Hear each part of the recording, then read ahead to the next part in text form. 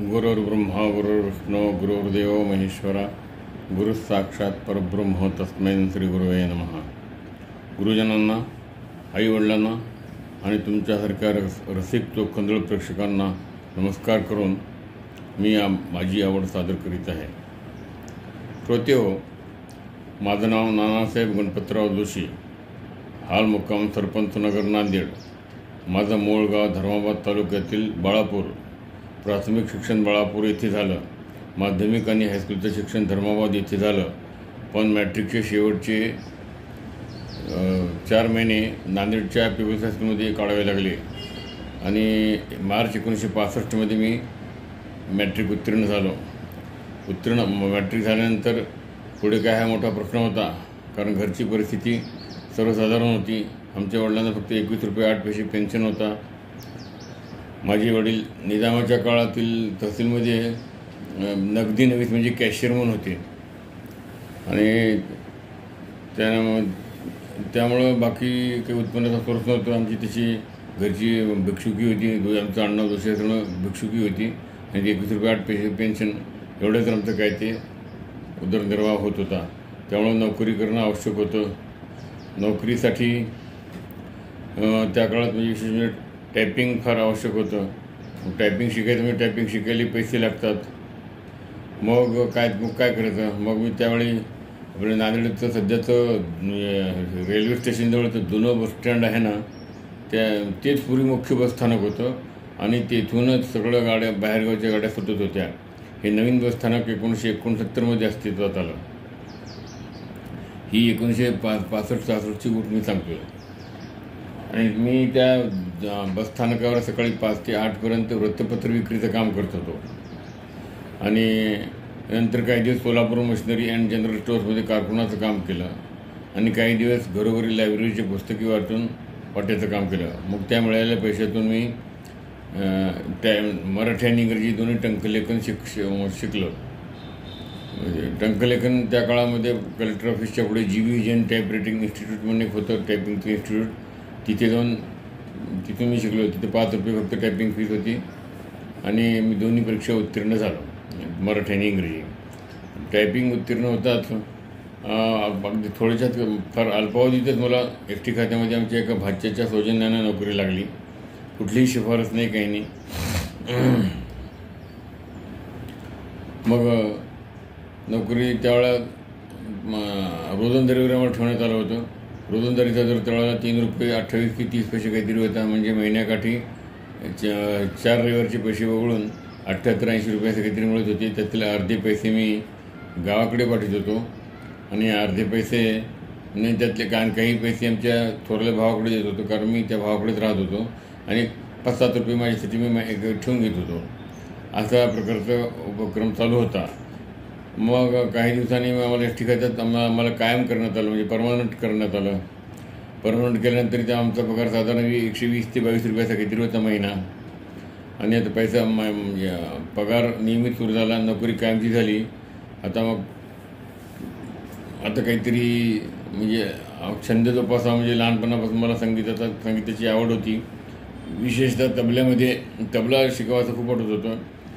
लहानपणी घरी बसल्या त्या पाटावर बसून बसायच्या पाटावर ठेका धरणं किंवा लोट्यावर ठेका धरणं असं काहीतरी ते होत होते आणि ते एक नाद होता, त्यामुळे ती आवड होती.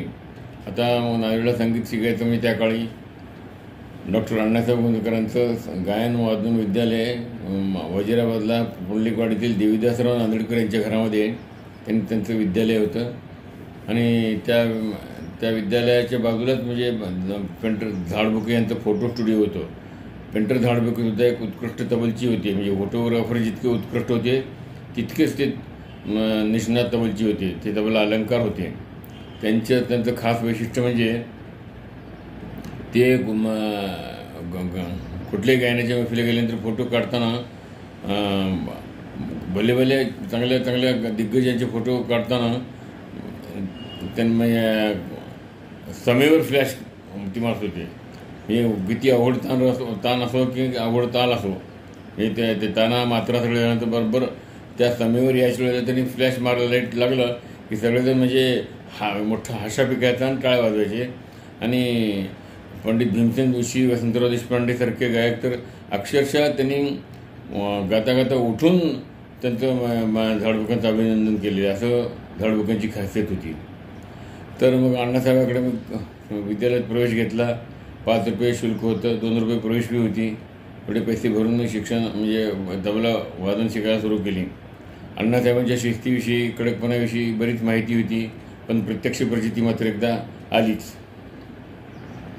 मी त्याचं असं झालं म्हणजे मी एक 2-3 दिवस क्लासला गेलोच नाही, डुम्मा मारला. 4थ्या दिवशी जेव्हा गेलो ना, तेव्हा विद्यालयात गेल्यानंतर मला त्यांनी त्यांच्या खोलीत बोलावून घेतलं.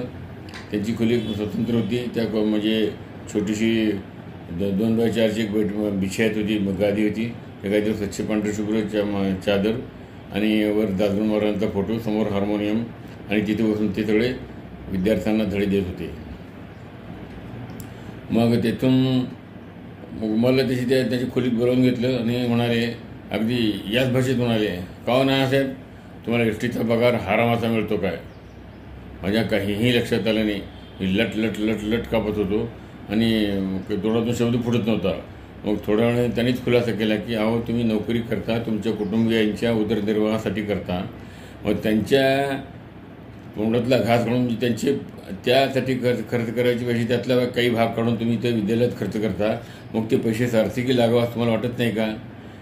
असं डंबा मारलं तर तुम्ही शिकताल काय? मग तेव्हा माझ्या लक्षात आलं की बाबा, डंबा मारण्याला चालत नाही, डंबा मारणं किती अयोग्य आहे. आणि त्यांनी जाणीव करून दिली की बाबा, आपल्या जबाबदारीची म्हणजे कुटुंबाचा पैसा, तुम्ही कुटुंबाच्या हिश्श्याचा पैसा घेऊन तुम्ही ते खर्च करता, पण ते शिकत नाहीत. तर त्यामुळं तेव्हापासून मात्र मग नंतर कधी शेवटपर्यंत त्यांना न विचारता मी कधीही क्लासला डुंबा मारला नाही.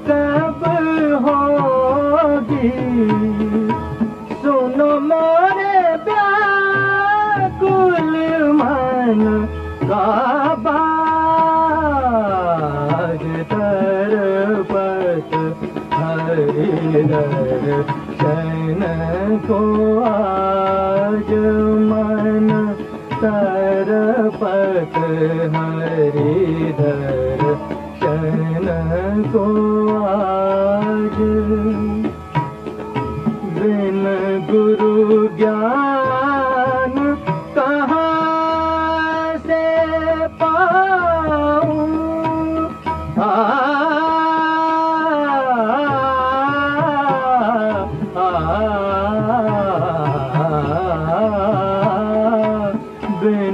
गुरु ज्ञान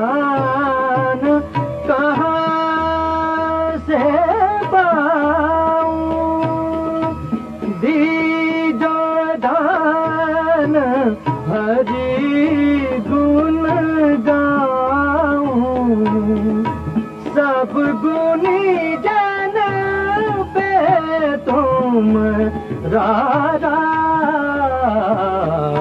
तरपत हरि दर्शन को आज मन तरपत हरि दर्शन को आज।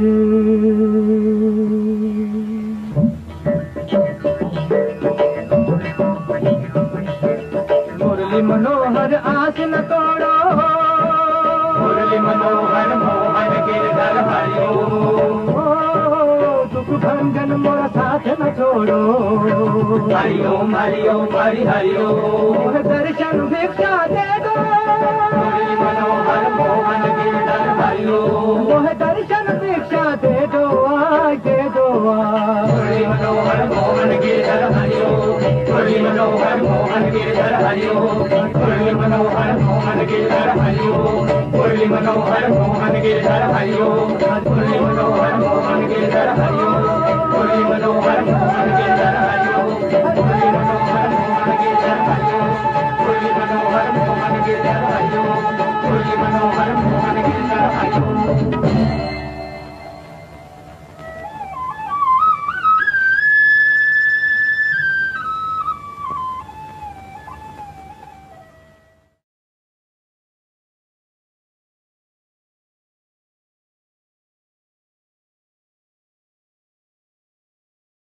श्रोते हो, मला चित्रपट गाण्याची आवड अशी लागली की म्हणजे अगोदर त्या गाण्याच्या चालीवरील काही भक्तिगीतं, भावगीतं, संतांची काही भजनं वगैरे ही अगोदर ऐकली आणि ती ऐकल्यानंतर मग सिनेमाचं मूळ गीत ऐकलं. त्यामुळं त्या मूळ गीताचं जास्त मला आकर्षण झालं. आता उदाहरणार्थ संत तुकड्यादासांचा एक अभंग आहे, काय योग साधला जन्म तुला लाभला कोण देव पावला रे. तर ह्या चालीवर घटा घनघोर भय शोर मचाए शोर मेरे सनम आजा रे आजा. घटा घनघोर घोर शोर मचाए शोर मोरे सजने आजा आजा मोरे सजने आजा.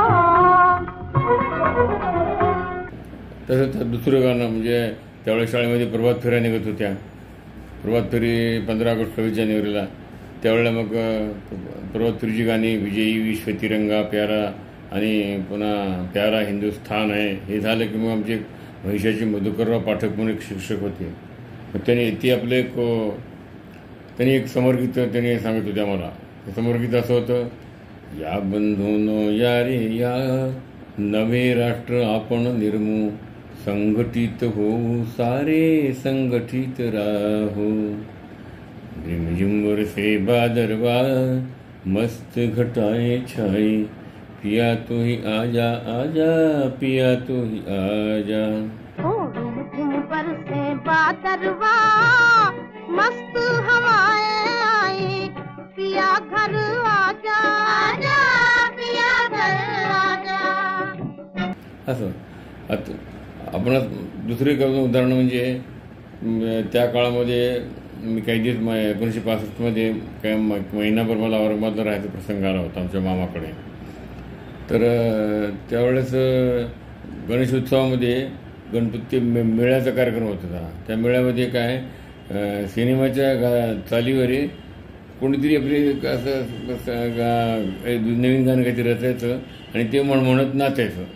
त्यावेळेस ते एक मनोरंजनाचा भाग होता. आणि त्याच्यामध्ये आपणास माहीत आहे की पंडित राजा काळे म्हणून जितेंद्र अभिषेकांची पट्टी शिष्य आहेत सध्या, ते मुंबईला असतात सध्या. तर ते त्या काळात ते 15-16 वर्षाचं असताना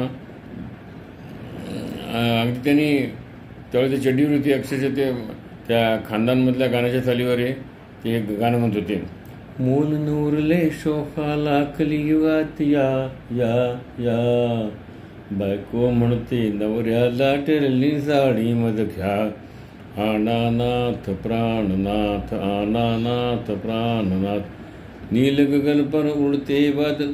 लक्षात आलं असलं तुमच्या म्हणा. तर ते त्यातलं शेवटचं जे अनानाथ प्राणनाथ जे म्हणत होतं ना ते सुद्धा ते त्या गाण्यानंतर ते संगीत होतं ना त्यातले अनानाथ प्राणनाथ। नील गगन पर उड़ते बादल आ धूप में जलता खेत हमारा कर दे तू छाया। ही अशी गाणी म्हणत दुसरे गाणं असंच होतं, कॅमेरा घेऊन आला फोटोग्राफर रंगला, लग्नात माझ्या सासऱ्याने हुंडा हा दिला, क्या कहने माशाअल्लाह नजर तीर आपकी, जी चाहता है खींच लूं तस्वीर आपकी।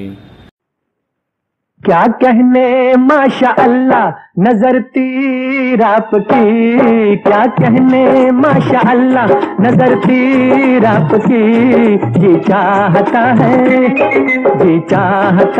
खींच लूं तस्वीर आपकी, जी चाहता है खींच लूं तस्वीर आपकी। अशा म्हणजे या मूळ सिनेमाच्या गाण्यावरील ही गाणी ऐकून मूळ त्या गाण्याची मला आवड निर्माण झाली। आता शाळेमध्ये शिकत असताना आपल्या साने गुरुजीची प्रसिद्ध कविता आपणास माहीत आहेच आहे, खरा तो एकची धर्म जगाला, प्रेम अर्पावे तेरे कुछे में अरमानों की दुनिया लेके आया हूँ।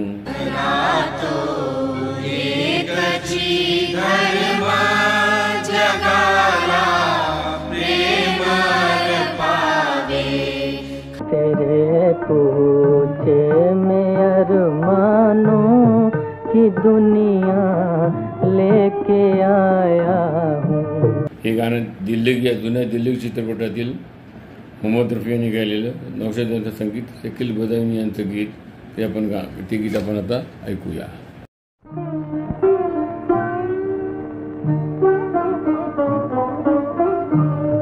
तेरे पूछे में अरमानों की दुनिया लेके आया हूँ, तुझे पर जान देने की तमन्ना लेके आया हूँ।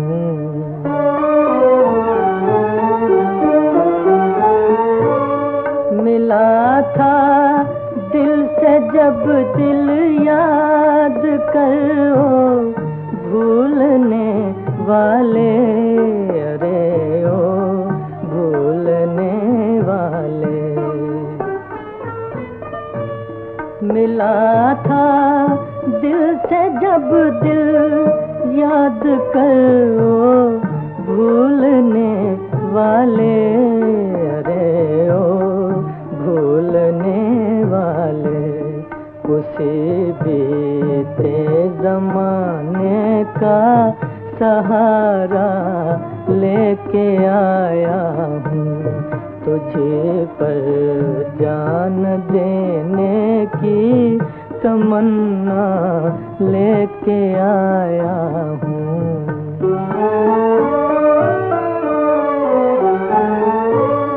जिगर में दर्द दिल में टीस और आँखों में दो आंसू अरे आँखों में दो आंसू। जिगर में दर्द दिल में टीस और आँखों में दो आंसू अरे आँखों में दो आंसू। जरा तू देख ले आकर मैं क्या क्या लेके आया हूँ, तुझे पर जान देने की तमन्ना लेके आया हूँ।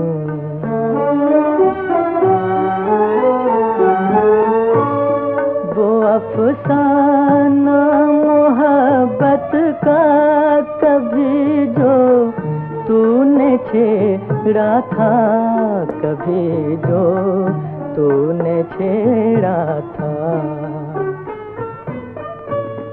वो अफसाना मोहब्बत का कभी जो तूने छेड़ा था, कभी जो तूने छेड़ा था, वही अफसाना होठों पर अधूरा लेके आया हूँ। तेरे कूचे में अरमानों की दुनिया लेके आया हूँ। श्रोतेहो, मी ऐकलेलं आणि माझ्या आठवणीनुसार पहिलं चित्रपटातील गीत म्हणजे जन्म जन्म की फेरीमधील जरा सामने तो आओ चलिए हे गाणं. तर त्या गाण्याचा विषयी थोडं सांगायचं म्हणजे त्या काळात धर्माबादला पानसरी टॉकीज होती. ती टॉकीज म्हणजे बुर्डाचे ताटवे आणि वर एक टीन शेड. त्यामुळे तिथे मॅटनी शो होत नव्हता. संध्याकाळचा 7:30 आणि 9:30 2 शो होत होते. तर त्या नवीन सिनेमा लागला की त्याची जाहिरातीसाठी म्हणजे पहिल्या दिवशी बँडवरे धर्माबाद, रत्नावळी, बाळापूर या तिन्ही गावातून बँडवरे त्या हातात मोठं पोस्टर घेऊन त्याची मिरवणूक काढून जाहिरात होत होती. आणि ती ह्या सगळा ताफा आमच्या गावाच्या वेशीवर आला की ते बँडमधला एक नारायण नावाचा ग्रस होता. तो क्लॅरिनेटवर इतकं छान गोड आवाजामध्ये ओ मुझे किसी से प्यार हो गया किंवा दुनिया वालों से दूर, जलने वालों से दूर हे गाणं इतकं नुसती धून वाजत होता. मग ते गाणं मी कधी ऐकलं नव्हतं, पण ते क्लॅरिनेटवर ते ऐकून इतकं प्रभावित होत होतं की मग जाऊन त्या जाहिरात करण्याच्या बरोबर त्याच्या मागे जाऊन पूर्ण गावात हिंडत होतो सगळे गाणे ऐकत. आणि प्रत्येक चौकामध्ये गेल्यानंतर तिथलं मग ते सिनेमाचे अनाऊन्स करणारा एक अहमद हुसेन नावाचा एक होता ग्रस्त. तो प्रत्येक सांगायचा चौक आली की हातात मोठ्या करणा भोंगा घ्यायचा आणि ओरडून सांगायचा, सुनिये मेहरबानो, पानसरे टाकीज, शानदार पोरीग्राम आपकी सेवा में पेश किया जा रहा है. बिल्कुल नया खेल हिंदी ज़ुबान में, जन्म जन्म के फेरे. पहला शो ठीक 6:30 बजे, दूसरा शो ठीक 9:30 बजे. जमीन 4 आना, बेंच 6 आना, खुर्ची 12 आना, सोफा 1 रुपया 3 आना ही त्यावेळची तिकिटाची दर होती. तर मग आणि त्या काळात पुन्हा अशी प्रथा होती, म्हणजे अजूनही काही ठिकाणी असेल कदाचित, की चित्रपट गावातील म्हणजे तलाठी किंवा पोलीस पाटलांच्या कुटुंबियांना चित्रपट फुकट असायचा. मग आमच्या गावातल्या पटवारीची बायको आमच्या आईकडे यायची, पाव मावशी एक सिनेमा चांगला लागला म्हणे, जन्म जन्म की फेरी काहीतरी धार्मिक आहे म्हणे, बहुत काय चला म्हणली. आमच्या आईला सिनेमाचा काही विशेष नाद किंवा इंटरेस्ट अजिबात नव्हता, पण त्यानिमित्तानं मला पाहायला मिळते म्हणून माझ्यासाठी ती हो म्हणत होती. मग आम्ही त्या पटवाऱ्याच्या बैलगाडीत बसून रात्री 9च्या शोला जात होतो. ते गेल्यानंतर त्यावेळेस जनाना क्लासिक होता बायकांसाठी खास. मग त्या जनाना क्लासमध्ये आम्ही बसलो, कारण ते आम्ही जनाना क्लासमध्ये बसण्यात की त्यावेळेस लहान होतो मी. आणि मग तिथे बसल्यानंतर तिथे मोठा काळा पडदा यायचा ते जनाना क्लासच्या पुढे, आणि सिनेमा सुरू होईपर्यंत पडदा राहायचा. सिनेमा सुरू झाला की तो पडदा काढायचा. मग सिनेमा सुरू झाल्यानंतर त्या थिएटरचा स्पीकर इतकं भारदस्त आणि मोठा होतं की नाही, त्या जेव्हा हे गाणं लागलं जरा सामने तो आओ चलिए, ते गाणं इतकं मला ते आकर्षित, त्या गाण्याला इतकं मला आकर्षण वाटलं की ते माझ्या मनात खूप ठसलं आणि माझ्या आठवणीनुसार ते माझं आयुष्यातलं पहिलं गाणं आहे. तेव्हा आपण आता हे जन्म जन्म की फेरीमधील SN त्रिपाठी यांच्या संगीतातील पंडित भरत व्यास यांचे गीत मोहम्मद रफी आणि लता मंगेशकर यांच्या आवाजात ऐकूया. आत्मा की ये आवाज है,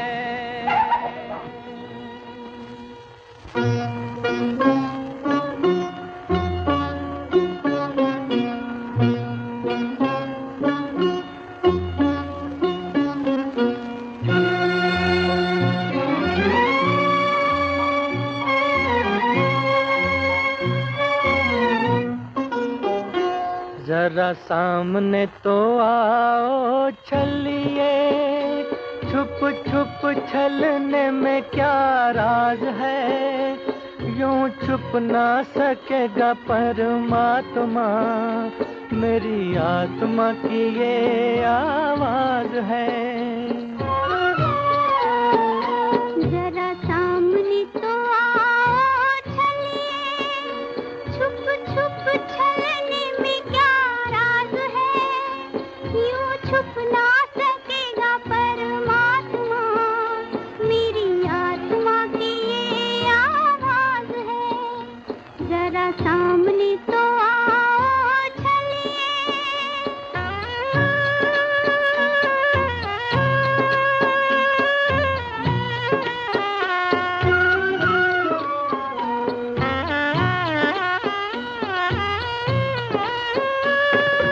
हम तुम्हें चाहें तुम नहीं चाहो, ऐसा कभी ना हो सकता।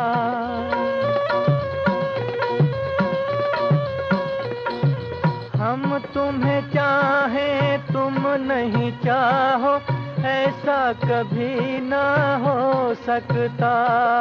पिता अपने बालक से बिछड़ के सुख से कभी ना सो सकता। हमें डरने की जग में क्या बात है, जब हाथ में तिहारे मेरी लाज है। यूं छुप ना सकेगा परमात्मा, मेरी आत्मा की ये आवाज है। जरा सामने तो आओ चलिए।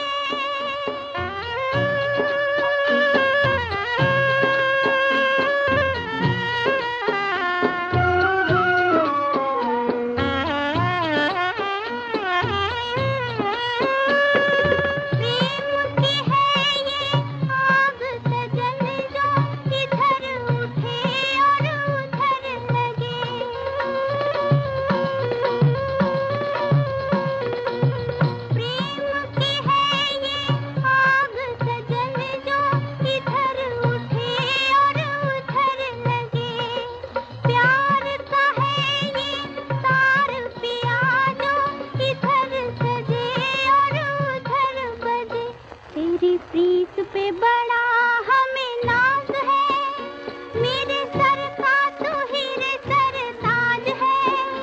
यूं छुप ना सकेगा परमात्मा, मेरी आत्मा की ये आवाज है। जरा सामने तो आओ चलिए, छुप छुप छलने में क्या राज है। यूं छुप ना सकेगा परमात्मा, मेरी आत्मा की ये आवाज है। जरा सामने तो आओ चलिए।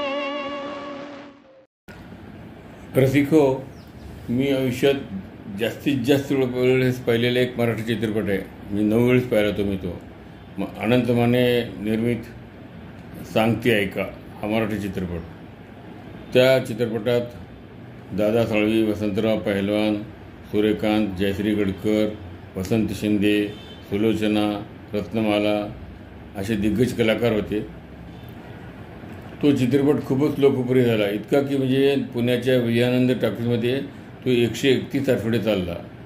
गाणी, संगीत, आवाज आणि अभिनयसुद्धा. आणि त्या काळात ब्लॅक अँड व्हाईटमध्ये सुद्धा जयश्री गडकरचं सौंदर्य खुलून दिसत होतं. तर मला त्या चित्रपटातील एक प्रणयगीत मला खूप आवडले. जयश्री गडकर आणि सूर्यकांत यांच्यावर चित्रित आहे. ते गाणं आपण ऐकूया. तेव्हा ग. माडगूळकरांचं गीत, संगीत वसंत पवार, गायक वसंत शिंदे आणि आशा भोसले. तेव्हा आपण हे गाणं ऐकूया. सांगते ऐकानंतर पुन्हा 2 चित्रपट असे आहेत की मी ते 6 वेळेस पाहिले होते. एक म्हणजे हिंदीतील छोटा भाई, म्हणजे महेश कोठारे, रहमान, नूतन असे कलाकार होते. आणि दुसरा चित्रपट म्हणजे दो दिल, विश्वजित, राजश्री. मला विशेषतः त्या काळात राजश्रीचं सौंदर्य खूप आवडत होतं आणि केवळ तिच्यासाठीच मी हा चित्रपट जवळ 6 वेळेस हा पाहिलेला आहे. राजश्रीला खूप पाहावंसं वाटत होतं प्रत्यक्ष. पण युगायोगाने 1977मध्ये त्याकडे नांदेडला एक कुठला तरी सांस्कृतिक कार्यक्रम झाला आयुर्वेदिक कॉलेजच्या मैदानावर. त्यावेळेस ती आली होती. त्यामुळे तिला अगदी जवळ स्टेजच्या मागे जाऊन मी अगदी व्यवस्थित काही 1 मिनिट 2 मिनिटच काय पाहिलं तेवढं समाधान वाटलं. तेव्हा त्या आठवणी प्रित्यर्थ आपण या दो दिल चित्रपटातील कैफी आझमी यांचं गीत, हेमंत कुमार यांचं संगीत आणि मोहम्मद रफी यांनी गायलेलं हे गीत आपण आता ऐकूया.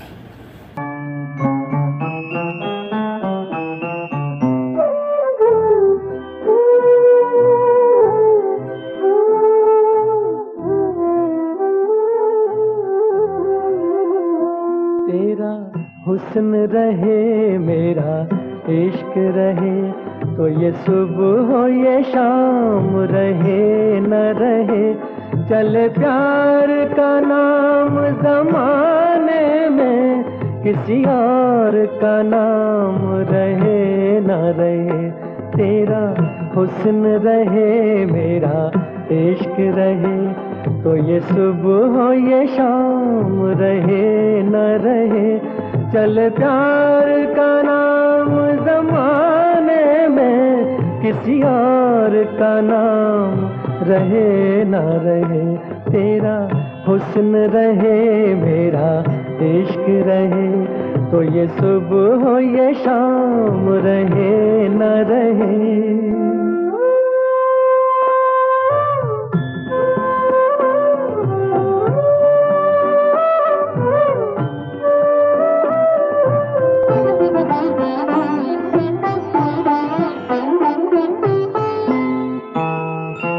मेरी प्यास का कोई हिसाब नहीं,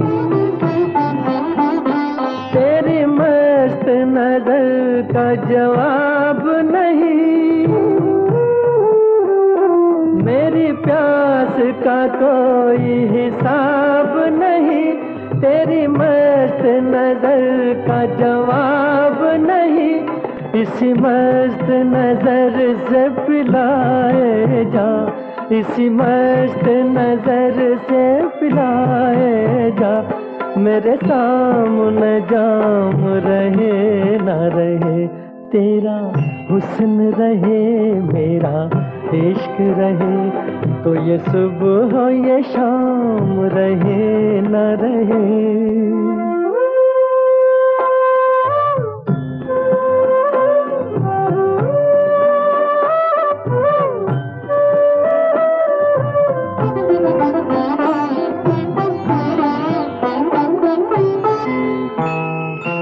जो निगाह उठी तो प्याम मिला,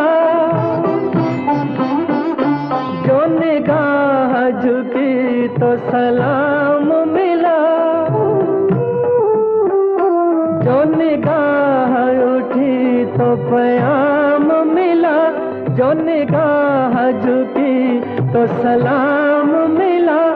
इसी वक्त बुझा दे लगी दिल की, इसी वक्त बुझा दे लगी दिल की.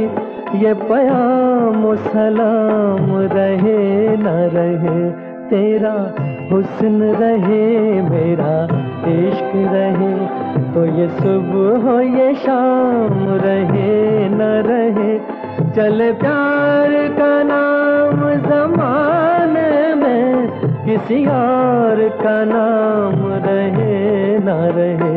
तेरा हुस्न रहे मेरा इश्क रहे तो ये सुबह हो ये शाम रहे न रहे.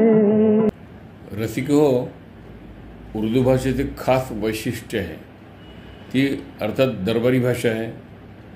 अर्थात ती भाषा ज्यांना व्यवस्थित समजते त्यांनाच त्या भाषेचं सौंदर्य किंवा आशय आणि त्यातली मजा कळते. आता असंच या उर्दू भाषेचं वैशिष्ट्य असं म्हणजे सांगायचं म्हणजे एकदा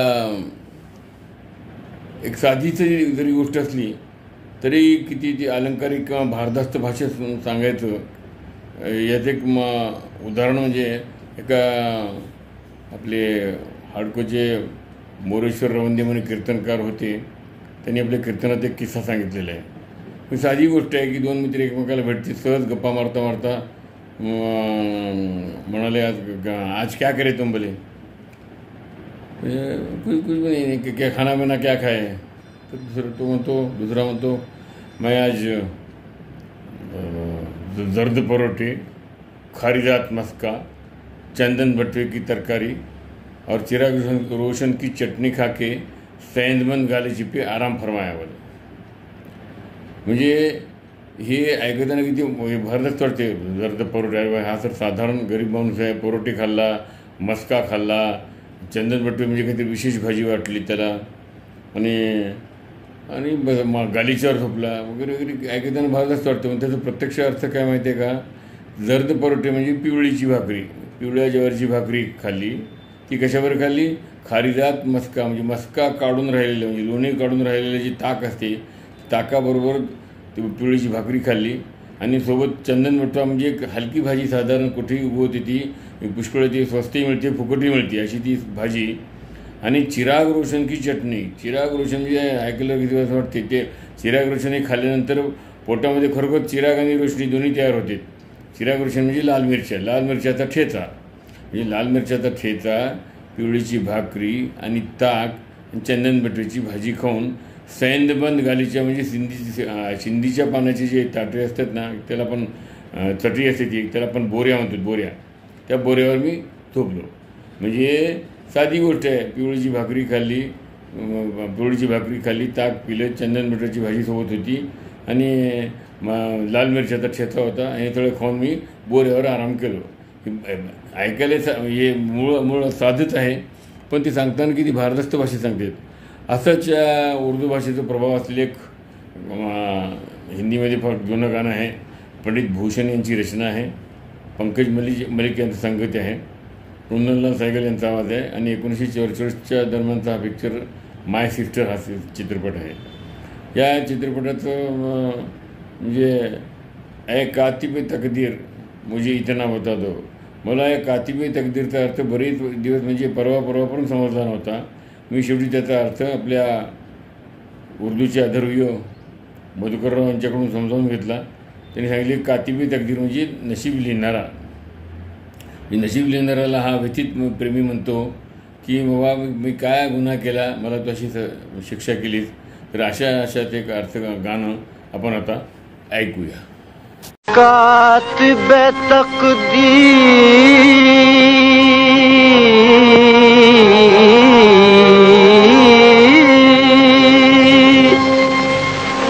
मुझे इतना बता दे,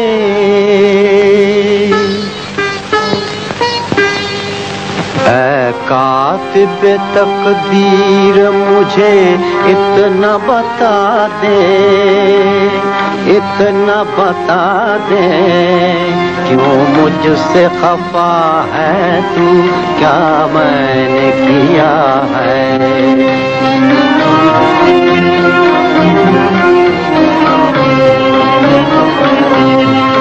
औरों को खुशी मुझको फकत दर्द रंज गम, दुनिया को हंसी और मुझे रोना दिया है.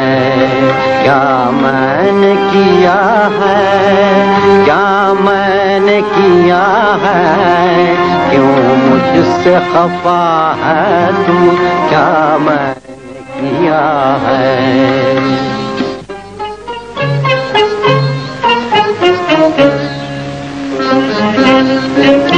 हिस्से में सबके आई हैं,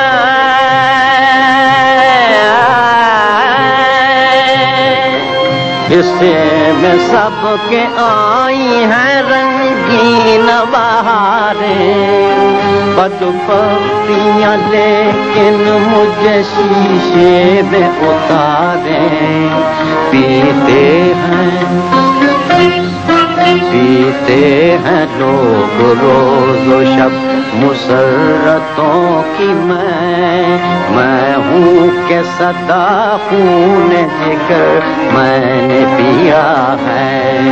क्या मैंने किया है, क्या मैंने किया है.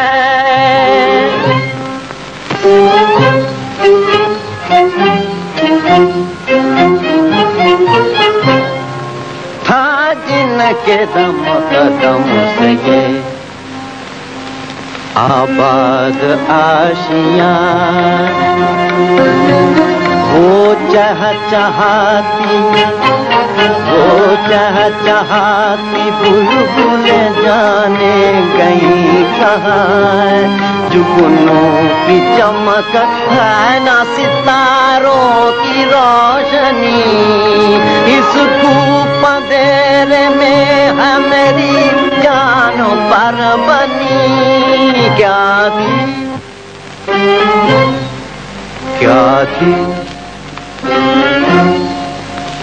थी खता के जिसकी सजा तूने मुझको दी। क्या था गुनाह के जिसका बदला मुझसे लिया है। क्या मैंने किया है,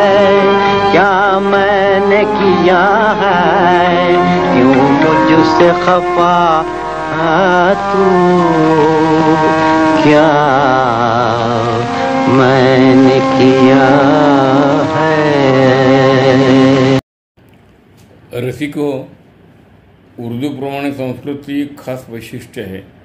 संस्कृत सगळ्या भाषेची जननी म्हणतात. तेव्हा या भाषेचं सौंदर्य आगळं वेगळंच आहे. तर त्या भाषेविषयी संस्कृतमध्ये एक चांगली मजेदार किस्सा आहे. तेही सुद्धा मला एका जाणकाराने सांगितलेलं आहे. इथे कोणी संस्कृतचे जाणकार असतील तर त्यांनी मला क्षमा करावी, कारण कदाचित हे माझं चुकले असावं. पण मी त्या जाणकाराकडून ऐकलेला किस्सा तुम्हाला सांगतो की एकदा काय झालं की महाभारताचं युद्ध संपल्यानंतर व्यासांना महाभारत लिहावंसं वाटलं. व्यासांची आगाध प्रतिभा होती. डोक्यात विचारांचा अगदी गोंधळ म्हणजे गलबला चालू होता आणि त्यांना भरभरत त्यांच्या डोक्यात विचार येऊ लागले. पण तोंडातून बाहेर पडता क्षणी कोणतरी लिहून घ्यायला माणूस त्यांना हवा होता. मग त्यांनी त्यासाठी गणपतीकडे गेले. ते गणपतीला त्यांना वाटतं गणपती हुशार आहे, बुद्धिमान आहे, तो माझा स्टेनो होऊ शकेल म्हणून त्यांनी लगेच गणपतीला म्हटलं की बाबा ते माझा असा विचार आहे, ते करशील का तू. तर गणपती ठीक म्हणाले आणि म्हणल्यानंतर लगेच गणपतीने अट टाकली की मी लिहायला बसतो, पण तुम्ही एक अध्याय सुरू केल्यानंतर तो अध्याय संपेपर्यंत मध्ये कोणत्याही कारणासाठी उठायचं नाही. ठीक आहे म्हणाले. मग व्यासी त्यांनी सुद्धा एक शर्त गणपतीला सांगितली की बाबा ठीक आहे, मी तुझी अट मला मान्य आहे, पण माझी सुद्धा एक अशी अट आहे की मी जे काही सांगतो ते तुला समजल्याशिवाय तू पुढे लिहायचं नाही. ठीक आहे. दोघांना एकमेकांच्या अटी कबूल झाल्या आणि ते त्याप्रमाणे ठरलं. मग व्यास सांगायला बसले, लिहिणं सुरू झालं. पण व्यासांचा काय रोजची दिनचर्या होती, स्नान संध्या आणि ते ठराविक वेळेला करणं आवश्यकच होतं. त्याशिवाय त्यांचं ते पुढे काही गाडी जात नव्हती. मग त्यांना ते उठणं तर आवश्यक होतं. आता इथे तर शर्त अशी होती की उठायचंच नाही. मग त्यांनी काय केलं, ते एक कूट श्लोक सांगितला. महाभारतामध्ये असे बरेच कूट श्लोक आहेत म्हणे प्रसंगानुसार. तर तो कूट श्लोक सांगितला. तो कूट श्लोक असा आहे की केशवम पतितं दृष्ट्वा पांडवा हर्षमूर्धना हृदं करोति कौरव हा हा केशव हा हा केशव. ही असं म्हटल्या क्षणी ताबडतोब गणपती अवाक झाले आणि लेखणी थांबवली आणि व्यासाकडे पाहिले. नाही शक्यच नाही म्हणे, तुम्ही असं काय बोलता म्हणे, असं शक्य महाभारतात असं हा प्रसंग घडलाच नाही. तर व्यास म्हणाले ते मला माहीत नाही, आता मी सांगितलो ना त्याचा तू अर्थ काय ते लाव आणि तुला समजेपर्यंत मी माझा अन्य करून येतो म्हणून ते गेले. अन्य करून आल्यानंतर मग गणपती हुशार होते, गणपती बुद्धिमानच होते. मग त्यांनाही तो अर्थ कळाला आणि त्यांनी अक्षरशः व्यासाला दंडवत घातलं आणि म्हणाले की तुम्ही तुमचं साधण्यासाठी परत अशा श्लोकाची रचना केली म्हणून त्यांनी त्याला व्यासांना दंडवत घातलं. तर त्या श्लोकाचा अर्थ असा की केशवम पतितं दृष्ट, म्हणजे सकृतदर्शिनी अर्थ असा होतो. केशव म्हणजे श्रीकृष्ण रणांगणावर पडलेला पाहून पांडवांना हर्ष झाला आणि कौरव मात्र धाय मोकळून रडू लागले, अरे रे केशव पडला. पण ही घटना महाभारतात झालेलीच नाही आहे. मग त्याने गणपतीने अर्थ सांगितला त्याचा की बाबा हा केशव संस्कृतमध्ये पाण्याला के म्हणतात. शव म्हणजे प्रेत. केशव म्हणजे पाण्यात पडलेल्या प्रेताला पाहून पांडव म्हणजे बगळे, बगड्यांना हर्ष झाला. हृदंग करोती कौरव, कौरव मात्र धाय मोकळून रडू लागले. हा हा केशव, अरे अरे प्रेत पाण्यात पडलं, प्रेत पाण्यात पडलं. म्हणजे पाण्यात पडलेल्या प्रेत बगड्यांना खाता येते पण कावळ्यांना खाता येत नाही म्हणून ते दुःख झालं. तर अशा तो कूट श्लोक होता. तर अशी संस्कृतच्या भाषेची मजा आहे, वैभव आहे. तर सांगितलं असं की म्हणजे मी गोरठ्याला अनुग्रह घेतल्यानंतर पुष्कळ जात येत असतो. तर एकदा असंच गोरठ्याला गेलं असताना आद्य शंकराचार्यांच्या चरपट पंजिरीवर व्याख्यान चालू होतं. शंकराचार्यांच्या चरपट पंजिरीतून त्यांनी सगळ्या भक्तांना समाजाला असं प्रबोधन केले की बाबा देवाचं नामस्मरण करत जा, जन्ममरणाची फेऱ्यात अडकू नका. पुनरपि जननम पुनरपि मरणम जठरे जननी जठरे शयनम भज गोविंदम गोविंदम भज मूढमते. हे असं गोविंदाचं नामस्मरण करा आणि तुमच्या जन्ममरणाच्या पुन्हा जन्ममरणाच्या फेऱ्यात अडकण्यापेक्षा नामस्मरण करून तुम्ही स्वतःला उद्धरून घ्या. अशा ते चरपट पंजिरीमधले पूर्ण श्लोक आहेत.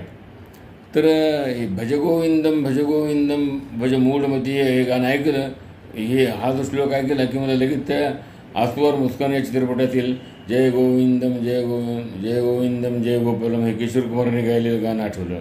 तेव्हा आपण आता ऐकूया कमर जलालाबाद यांची रचना, कल्याणजी बिरजीशाह यांचं संगीत, किशोर कुमार यांचा आवाज, आसुवर मुस्कान चित्रपटातील हे गाणं.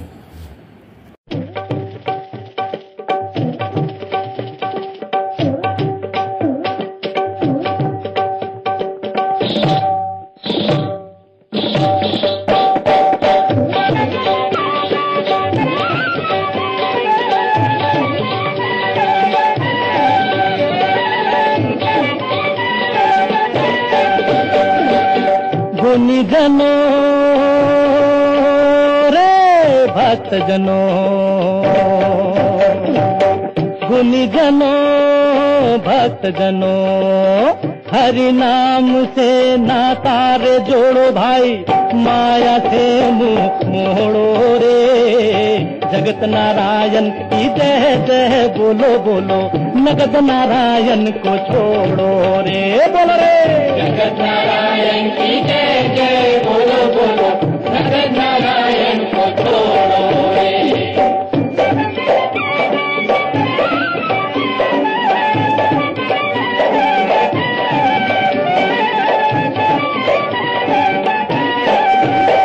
अरे राजधन, अरे गजधन, राजधन गजधन गजधन राजधन, अरे गा मा धा नि धा धा नि धा मा गा रे धा. रजधन गजधन राजधन अनाज धन, लाल रतन धन खान रे. लाल रतन धन खान रे. आयो रे जब संतोष धन बाबा, सब धन धूल समान रे. बोलो रे धन धूल समान रे. धन तो है दीवार रेत की, धन से प्रीति तोड़ो रे. जगत नारायण की जय जय बोलो बोलो जगत नारायण को छोड़ो रे.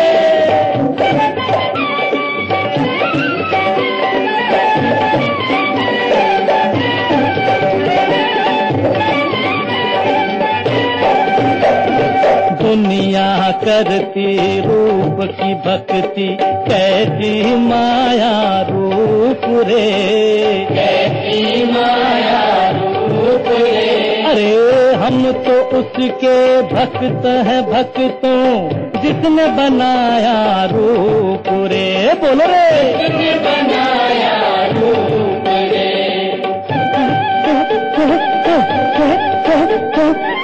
सुंदर नारी प्रीतम प्यारी, सुंदर नारी प्रीतम प्यारी, प्यारे छब दिखलाए स्वामी जी, प्यारे छब दिखलाए. स्वामी जी. रूप नारायण की जय जय बोलो बोलो, जगत नारायण को छोड़ो रे। जगत नारायण की जय जय, हाँ, जगत नारायण की जय जय बोलो बोलो, रूप नारायण को छोड़ो रे। रूप नारायण को छोड़ो रे, रूप नारायण को छोड़ो रे।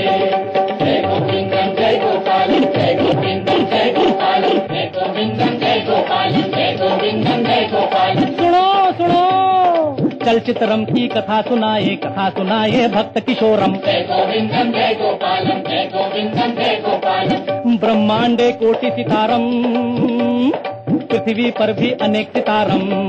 अरे आशीर्वादम अशोक कुमारम, जय गोविंदम जय गोपालम, पृथ्वी पुत्रम राज कपूरम, शम्मी कपूरम शशि कपूरम। जय गोविंदम जय गोपालम, रामम श्यामम दिलीप कुमारम, पूरब पश्चिम मनोज कुमारम। जय गोविंदम जय गोपालम, अरे प्रेम पुजारी देवानंदम, रूप पुजारी आयस जौहरम। जय गोविंदम जय गोपालम, अरे नीलम कमलम राजकुमारम, यादम सुनील दत्तम। जय गोविंदम जय गोपालम, अरे इत्तेफाकम राजेश खन्नम, जय जानी राजेंद्र नाथम, उछलम कूदम जय महमूदम। जय गोविंदम जय गोपालम, जय गोविंदम जय गोपालम। अरे स्वर्ग लोक में एक है इंद्र, अरे पृथ्वी का रे तीन है इंद्र।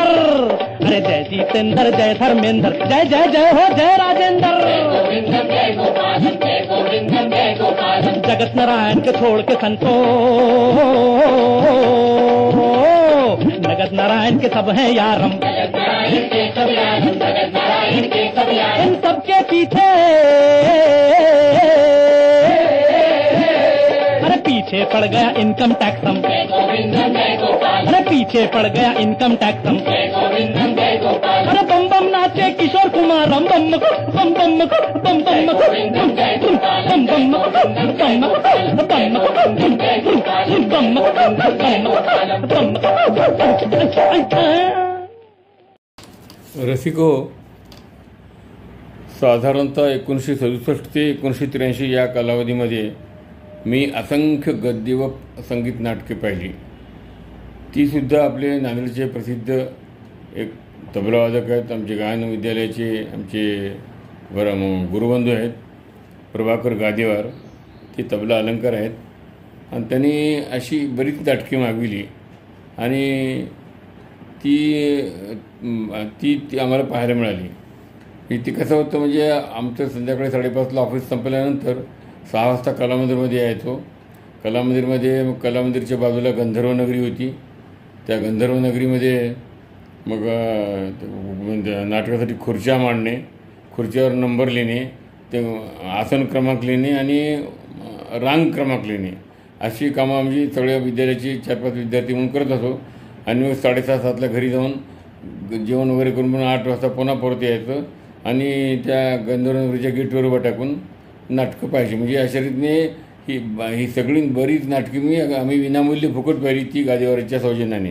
त्या नाटकामध्ये काचेचा चंद्र, हिमालयाची सावली, नटसम्राट, वाहतो ही दुर्वांची जोडी, मला काही सांगायचे, मंत्रलेली चैत्रवेल, तो मी नव्हेच, अश्रूंची झाली फुले, सखाराम बाइंडर अशी बरीच गद्य नाटके. तर संगीत नाटकेमध्ये संगीत स्वयंवर, सौभद्र, एकच प्याला, भावबंधन, स्वरसम्राज्ञी, कट्यार काळजात घुसली, जय जय गौरीशंकर, पंडितराज जगन्नाथ, संगीत शारदा अशी असंख्य नावे आहेत. तेव्हा त्या कलामंदिरमध्ये ही नाटके आम्ही अक्षरशः विनामूल्य पाहिलेली आहेत गादेवारांच्या सौजन्याने. तेव्हा त्यातले एक लक्षात राहतं का प्रसंग म्हणजे, आणि ह्या निमित्तानं मी पुष्कळशा नाट्यकलावंतांना किंवा सिनेकलावंतांना अगदी जवळून पाहण्याचा किंवा संवाद साधण्याचा प्रसंग आला. त्यातला एक मोठा चांगला अविस्मरणीय प्रसंग म्हणजे तो मी नव्हे या नाटकाचा जेव्हा प्रयोग आला त्यावेळेला त्या नाटकाचे सर्व प्रभाकर पणशीकर आले होते. त्यांना आपल्या त्या काळी महावीर चौकामध्ये लक्ष्मण औंढेकर म्हणून एक पेंटर होते, त्या पेंटरकडे त्यांना जायचं होतं, कारण त्यांनी त्यांना बोलावलं होतं औंढेकरांनी. तर मला गादेवार म्हणाले की तुम्ही यांना औंढेकरांच्याकडे घेऊन जा. मग त्यावेळेस ॲटो नव्हता, काही नव्हता, पण सायकल रिक्षामध्ये मी प्रभाकर पणशीकरसोबत अक्षरशः कला मंदिर ते महावीर चौकापर्यंत 12 आण्यामध्ये आम्ही दोघं गेलो. आणि मला रिक्षेत त्यांच्या बाजूला बसल्यानंतर पणशीकरांच्या की मला इतकं मलाच अवघड वाटू लागलं की एवढा मोठा कलावंत त्याच्या बाजूला आपण बसलेलो आहोत, पण त्यांना काय बोलावं हे मला काही सुधारणा केलं. मग त्यांनीच माझी औपचारिक विचारपूस केली, काय करता, कसं करता, कुठं करता वगैरे वगैरे. तेवढंच बोलू, जास्त की माझी बोलायची हिंमत झाली नाही. मग मावंडेकरांच्याकडे आम्ही गेलो. त्यांनी एक ते मोठं बालगंधर्वचं तैलचित्र पेंट केलेलं होतं, ते त्यांनी पणशीकरांना भेट म्हणून दिलं आणि ते घेऊन आम्ही परत पुन्हा कलामंदिरात आलो. असा म्हणजे हा एक अविस्मरणीय प्रसंग. तसंच कट्यार काळजात घुसलीचा प्रयोग नांदेडला आल्यानंतर दुसऱ्या दिवशी ते नाट्यकलावंत सगळे बाहेर त्यांच्या आपापल्या दुसऱ्या गावी जाणार होते, पण त्यांची बस काहीतरी फेल झाली, त्यामुळे थोडा प्रोग्राम त्यांचा मुक्काम लांबला आणि ह्या सगळ्यांना कलामंदिरच्या मागे असलेल्या राजेशीन हॉटेलमध्ये राहायची सोय केली होती. तेव्हा दुपारी 2-3च्या दरम्यान आम्ही गादीवरून आम्ही त्या राजेशीनमध्ये सहज गेलो होतो, म्हणजे काहींचं कसं काय चाललं बघण्यासाठी म्हणून. तर काय त्या राजेशीनच्या हॉलमध्ये एका पलंगावर वसंतराव देशपांडे बसलेले आहेत, बाजूला फैयाज बसलेली आहे, प्रकाश घांगरेकर आणि हार्मोनियम तबलावादक सगळा संच बसलेला आहे. आणि मग वसंतराव फैयाजला ठुमरी कशी गावी ही अगदी साभीने सांगत होती, म्हणजे कोणत्या वेळेला गाला राहतं तर कोणत्या वेळेला डोळे कशी करायचे हे सगळं अगदी स्वतः करून ते फैयाजकडून करून घेत होते. तो एक अविस्मरणीय प्रसंग आम्ही पाहिला. हे असे मजेदार किस्से ह्या निमित्तानं माझ्या आयुष्यात मला आलेले आहेत. तो प्रसंग मी कधीच विसरणार नाही. तेव्हा आता मी जे गाणं सादर करणार आहे ते मी एवढी नाटके पाहिली, पण त्यापैकी न पाहिलेल्या एका नाटकातले गाणे सादर करणार आहे. ते नाटक म्हणजे भूमिकन्या सीता. भार्गवराम विठ्ठल वरेरकर अर्थात मामा वरेरकर यांचं हे नाटक आहे. आणि भूमिकन्या सीता हा प्रयोग सपशेल पडला. तो प्रयोग पडल्यानंतर लगेच वर्तमानपत्र त्यावेळी आचार्य यात्रेने त्यांच्या मराठामध्ये एक हेडिंग दिली होती, मामा वरेरकरांची भूमिकन्या भूमिगत झाली म्हणून. तर असे काही प्रसंग होते. तर ते ह्या नाटकातील ज्योत्सना भोळे यांनी गायलेलं आणि गदी माडगुळकरांचं गीत आहे. ज्योत्सना भोळेंचाच आवाज आहे आणि भूमिकन्या सीता हे नाटक आहे. तेव्हा आपण हे गाणं ऐकूया.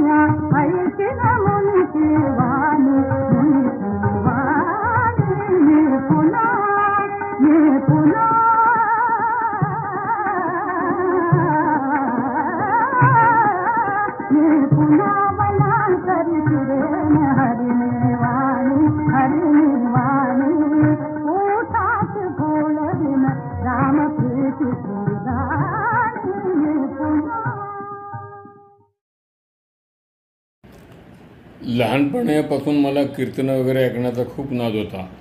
कारण कीर्तनामध्ये ते कीर्तनकाराचा आवाज चांगला पहाडी राहत होता. पहाडी असा आवाज चांगला तबल्या पेटीची साथ त्या कीर्तनात फार गोड वाटत होतं. त्यामुळे मी आकर्षून जात होतो. तर कीर्तनामध्ये सुद्धा त्या काळामध्ये बरेचसे कीर्तनकार त्या सिनेमातली काही गाणे त्यांच्या कीर्तनातल्या कथेच्या संदर्भात ते अगदी जोरदार गात होते. तर त्यातले एक असं गीत आहे. आणि या गीताविषयी अजून एक सांगायचं म्हणजे जेव्हा मी शाळेत शिकायला होतो त्यावेळेला आमचे तिथले पटवर्धन म्हणून एक हेडमास्तर होते धर्माबादला. तर त्यांनी आपल्या इंग्रजी भाषेतलं द्वितीय पुरुषी एकवचनी शब्दाच्या पुढे काय येते आम्हाला विचारला. आम्हाला द्वितीय पुरुषी एकवचनी शब्द म्हणजे यू हे अनेकवचनी झालं, दौ हे एकवचनी झालं. मग दौच्या पुढे कुठलं क्रियापद येते तर ते आम्हाला काही माहीत नव्हतं. पण त्यांनी सांगितलं की दौच्या पुढे आर्ट ही क्रियापद येते. म्हणजे दौ आर्ट. तर दौ आर्ट म्हणजे त्याचा वाक्यात प्रयोग करताना त्यांनी सांगितलं की डस्ट दौ art and to dust returnest. म्हणजे तू माती असशी माती ते मिळशी. म्हणजे तू तर अशाच एक फिल्मी चित्रपटातील गाणं आहे ऊंची हवेली. याच्यामध्ये पंडित भरत व्यास यांची रचना आहे, पंडित शिवराम यांचं संगीत आहे, रफीचा आवाज आणि ऊंची हवेली हा चित्रपट. तेव्हा आपण आता हे गाणं ऐकूया. दौलत के झूठे नशे में हो चूर, गरीबों की दुनिया से रहते हो दूर. अजी एक दिन ऐसा आएगा जब माटी में सब मिल जाएगा. माटी ही ओढ़न माटी बिछावन, माटी का तन बन जाएगा. माटी में सब मिल जाएगा.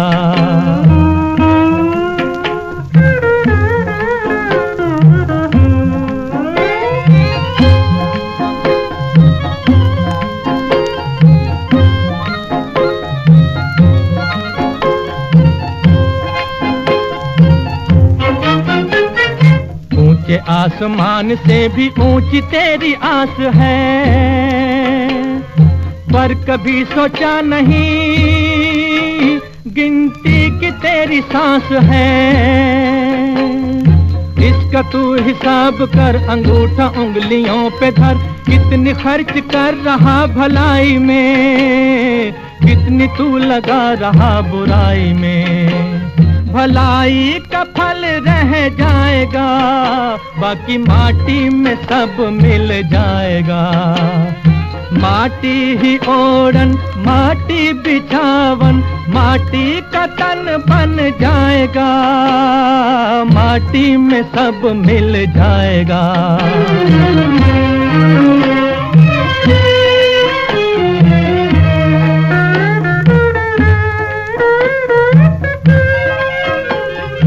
ऊंची हवेली ये ऊंचे महल,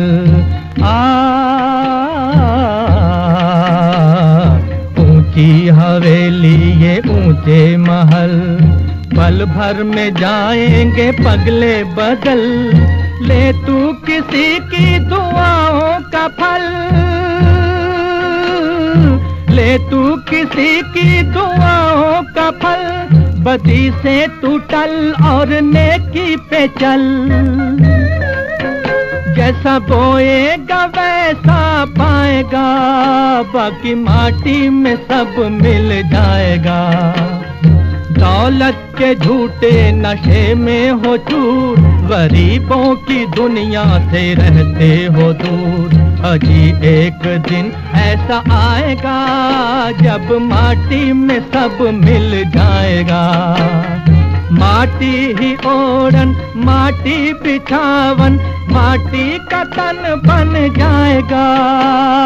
माटी में सब मिल जाएगा. दौलत के झूठे नशे में हो चूर. गायनवादन विद्यालयाच्या संपर्कामुळे मला चांगले चांगले मोठमोठे दिग्गज कलावंत, कलाकार, संगीतकार यांच्याशी प्रत्यक्ष संवाद, भेट, दर्शन अशा बऱ्याच गोष्टी झाल्या. त्यापैकी एक महत्त्वाचं म्हणजे त्या काळामध्ये 1971-72चा काळ असावा, तेव्हा संगीतकार वसंत देसाई आमच्या विद्यालयात रात्री 9च्या नंतर आले. आमच्या अण्णाचं म्हणजे 9 वाजताचा क्लास संपून ते खाली जाण्याच्या बेतात होते. तितक्यात पंडित रमेश कानोले यांनी त्यांना घेऊन आले आणि वसंत देसाईंचं व्यक्तिमत्व अगदी हसरा चेहरा, कुरळे केस आणि हाताला त्यांचा शुभ्र मोगऱ्याचा गजरा नेहमी असायचा. ते गजरा घालून त्या विद्यालयात आले की अण्णासाहेबांच्या समोरचा हार्मोनियम घेतला ओढून आणि राग बिहागमधली एक बंदिश त्यांनी वाजून दाखवली आणि मग त्यात गुंज उठी शनाईमधील तेरे पुरावर मेरे गीत ही गाणं त्यांनी वाजून दाखविलं. आणि मग नंतर इकडच्या तिकडच्या गप्पा झाल्यानंतर अण्णासाहेबांनी विचारलं की वसंतराव, तुमचं म्हणजे तुम्ही एवढ्या गायकाकडून तुम्ही गाणे गाऊन घेतलेली आहेत, त्यातला कोणता गायक किंवा गायिका तुम्हाला आवडते जास्त? तर ते म्हणले फक्त एकमेव गायिका लता मंगेशकर बस म्हणले, ती सगळ्यात जास्त माझी आवडती गायिका म्हणले.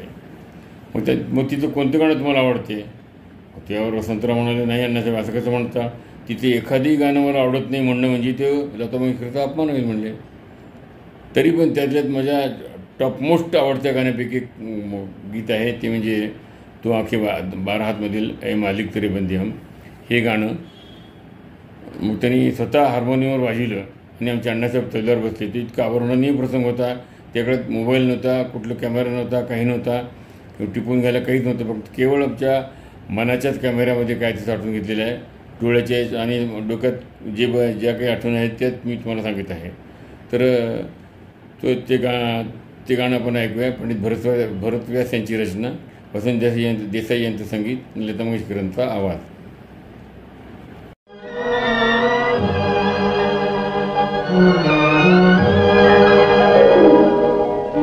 मालिक तेरे बंदे हम, ऐसे हो हमारे करम, नीति पर चले और बदी से चले, ताकि हंसते हुए निकले दम.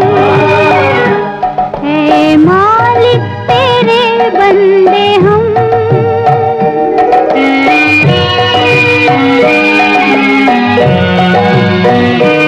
बड़ा कमजोर है आदमी, अभी लाखों है इसमें कमी, पर तू जो खड़ा है दयालु बड़ा, तेरी कृपा से धरती थमी. दिया तूने हमें जब जन्म, तू ही झेलेगा हम सबके गम. नीति पर चले और बदी से टले, ताकि हंसते हुए निकले दम. है मालिक तेरे बंदे हम.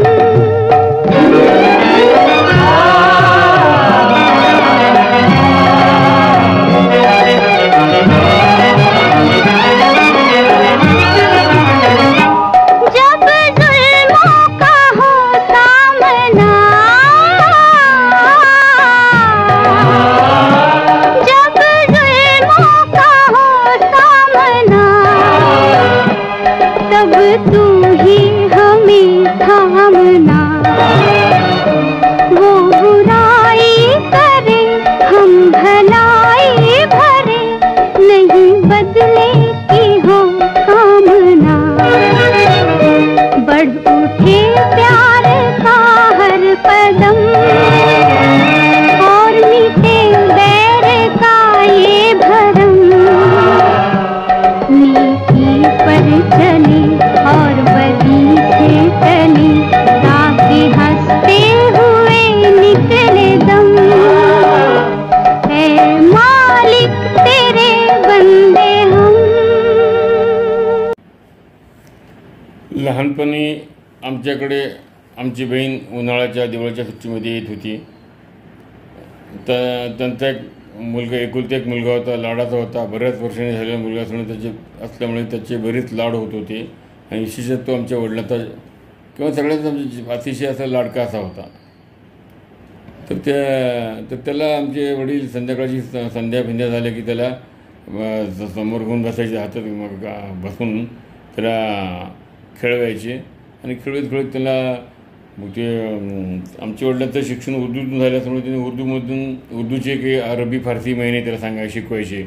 अजूर, दैब, बहमन, इस्मिंदार, फरवर्दीस, खुर्दिवेश, अर्दिवेश, खुर्दास, तीर, अमरदास असे काहीतरी ते अरबी फारसी महिने होते. त्यानंतर चैत्र, वैशाख, ज्येष्ठी सांगायचे. मग अश्विनी, भरणी सगळे नक्षत्र सांगायचे. हे सगळं सांगताना तरी पण तो काही वेळेला पुन्हा जास्तच रडायचा. मग त्यांना आमच्या वडिलांचं एक आवडतं गाणं होतं म्हणजे नास्तिक चित्रपटातील ती गाणं ते म्हटलं की मात्र तो आमचा त्यांचा नातू म्हणजे आमचा भाचा तो अगदी हसायचा, टटाटन उड्या मारायचा. तर त्या आठवणी खातर आपण हे नास्तिक चित्रपटातील हे गाणं ऐकूया. आणि विशेष म्हणजे अजून एक सांगायचं आठवण म्हणजे आमच्या नाताला त्यांनी ते चहाचा पाडाच एक सांगत होते.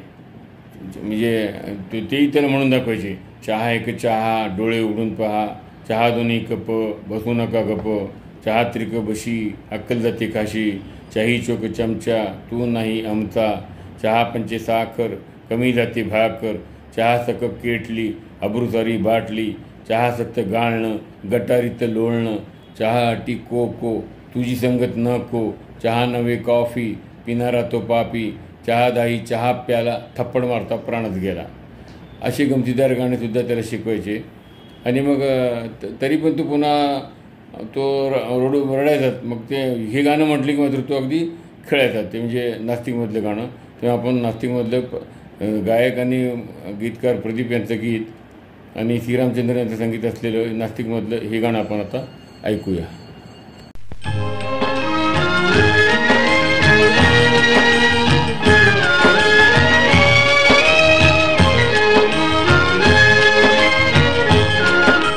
देख तेरे संसार की हालत क्या हो गई भगवान, देख तेरे संसार की हालत क्या हो गई भगवान, कितना बदल गया इंसान, कितना बदल गया इंसान. सूरज न बदला, चांद न बदला, ना बदला रे आसमान, कितना बदल गया इंसान, कितना बदल गया इंसान.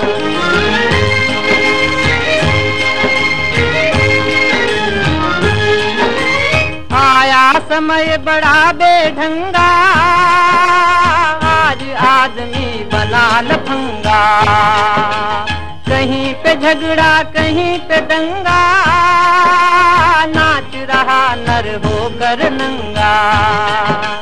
छल और कपट के हाथों अपना बेच रहा ईमान, कितना बदल गया इंसान, कितना बदल गया इंसान. देख तेरे संसार की हालत क्या हो गई भगवान, कितना बदल गया इंसान, कितना बदल गया इंसान.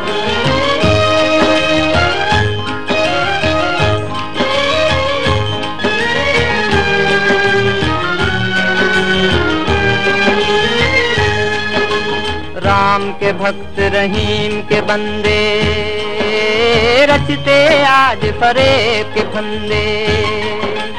राम के भक्त रहीम के बंदे, रचते आज फरेब के फंदे. कितने ये मक्कार ये अंधे, देख लिए इनके भी धंधे. इन्हीं की काली करतूतों से हुआ ये मुल्क मसान, कितना बदल गया इंसान, कितना बदल गया इंसान. देख तेरे संसार की हालत क्या हो गई भगवान, कितना बदल गया इंसान, कितना बदल गया इंसान.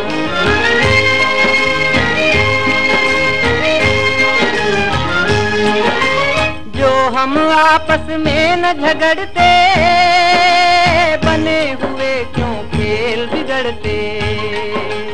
काहे लाखों घर ये उजड़ते, क्यों ये बच्चे माँ से बिछड़ते, फूट फूट कर क्यों रोते प्यारे बापू के प्राण। कितना बदल गया इंसान, कितना बदल गया इंसान। देख तेरे संसार की हालत क्या हो गई भगवान। कितना बदल गया इंसान, कितना बदल गया इंसान। श्रोत्यो, आमच्या गुरूंनी संन्यास ग्रहण केल्यानंतर 1991मध्ये त्यांनी नांदेडीतून गोदा प्रदक्षिणा केली. म्हणजे छोटी गोदा प्रदक्षिणा, म्हणजे नांदेड हे नाभिस्थान आहे गोदावरीचं, तिथून ते समोर तिकडे आंध्रच्या जवळ रामेश्वर म्हणून एक गाव आहे, त्या रामेश्वरला वळसा घालून पुन्हा परत नांदेडला येणं अशी ती गोदा प्रदक्षिणा होती. ते 10-12 दिवसाचा कार्यक्रम होता आणि सोबत 60-70 लोक होते. आम्ही आणि रोज पायी चालायचं, पहाटे 5-5:30 निघायचं आणि 11-12 वाजता मुक्कामाच्या ठिकाणी जायचं आणि तिथे जाऊन मग गोदावरी स्नान बिन करायचं आणि मग जेवण फिवण करून थोडा वेळ आराम करायचा. आणि 4च्या दरम्यान आमचे महाराज कुठल्या तरी एका त्या पाटलाच्या वाड्यात त्यांना राहायची त्याची सोय केली होती. तर तिथल्या पलंगावर किंवा एका बाजावर आपली ते बसायचे, येऊन बसायचे 4 वाजता. आणि पुष्कळ लोक त्यावेळेस काही शंका कुशंका काही प्रश्न वगैरे विचारायचे. तर एके दिवशी असं झालं की एका ठिकाणी ते त्यांच्याकडे कोणीच नव्हतं विचारायला प्रश्न. म्हणजे सगळे लोक झोपून थकले होते, उठले नव्हते. मग मी उठलो होतो. मग मी जवळ गेलो आणि विचारलं म्हणजे मला माझ्या मनात शंका होती की नुकतंच एक वृत्तपत्रामध्ये बातमी वाचली होती की डॉक्टर श्रीराम लागू यांनी एक विधान केलेलं होतं की जोपर्यंत आपल्या देशातील लोकांची ईश्वरावरची श्रद्धा जाणार नाही तोपर्यंत आपल्या देशाची आर्थिक सामाजिक प्रगती होणे शक्य नाही. तर हे विधान त्यांना आम्ही ऐकविलं.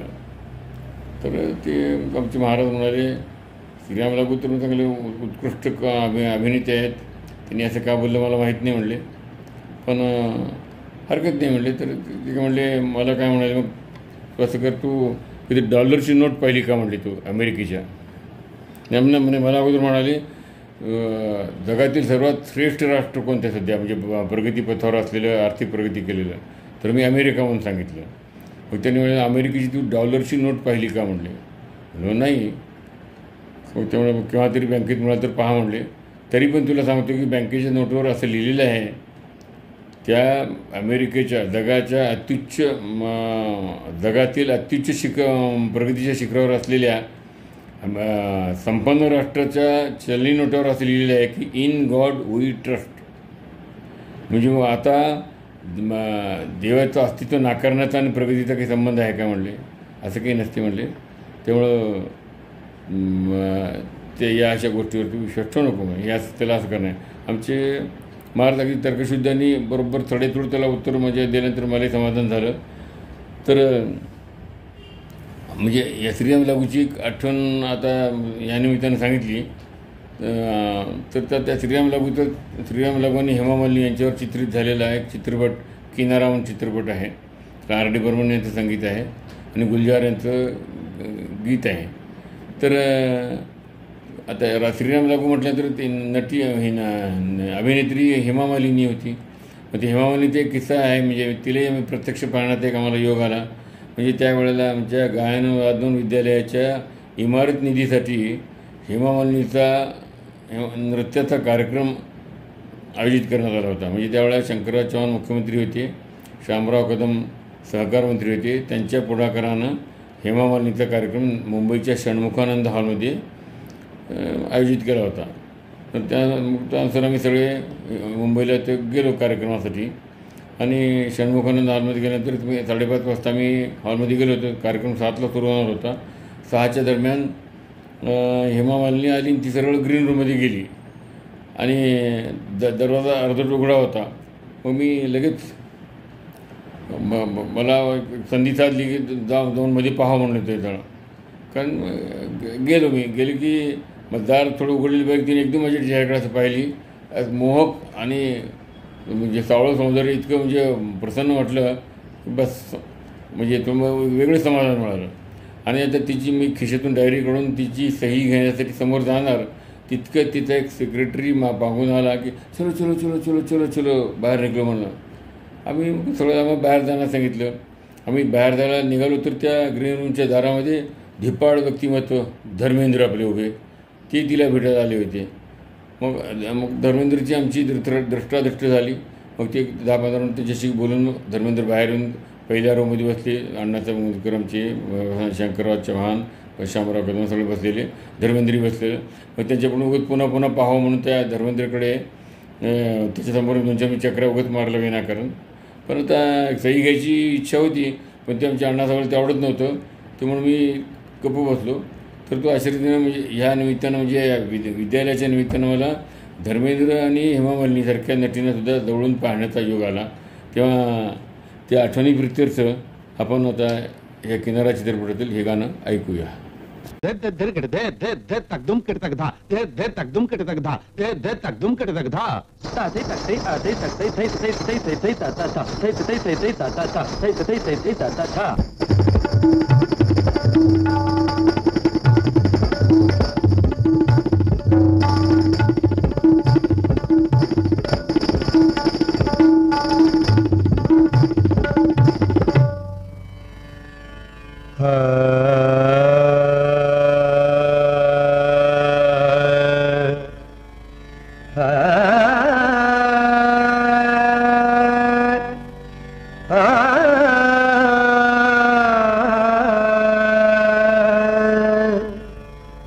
मीठे बोल बोले बोले पायलिया, मीठे बोल बोले बोले पायलिया, मीठे बोल बोले बोले रे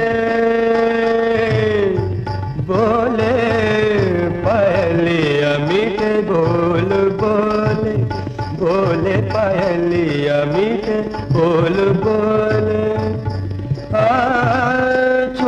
छनन बोले जनक जन बोले, छुम छनन बोले जनक जन बोले, मीठे बोल बोले बोले पायलिया, मीठे बोल बोले पायलिया, मीठे बोल बोले मीठे बोल बोले मीठे बोल बोले. दा देता ता देता ता देता ते टिकता गदिगिन धान दिके टिकता गदिगिन धा धा धा धा देता ता देता ता देता ते टिकता गदिगिन.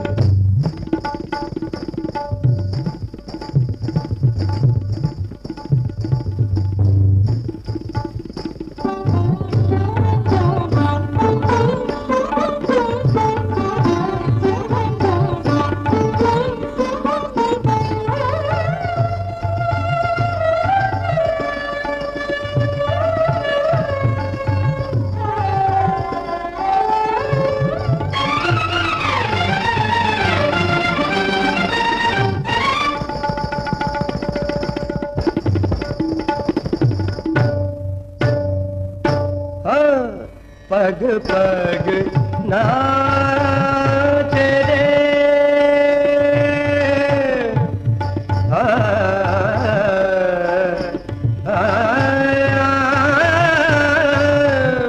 पग पग नाचे रे घुंघरू की दासी, पग पग नाचे रे घुंघरू की दासी. एक पग राधा जैसी, एक पग मीरा जैसी, एक पग राधा जैसी, एक पग मीरा जैसी. सांवरे की बोली बोले पायलिया, बोले मीठे बोल बोले बोले पायलिया, मीठे बोल बोले. झनक झन बोले, छुम छना बोले, झनक झन बोले, मीठे बोल बोले बोले पायलिया, मीठे बोल बोले पायलिया, मीठे बोल.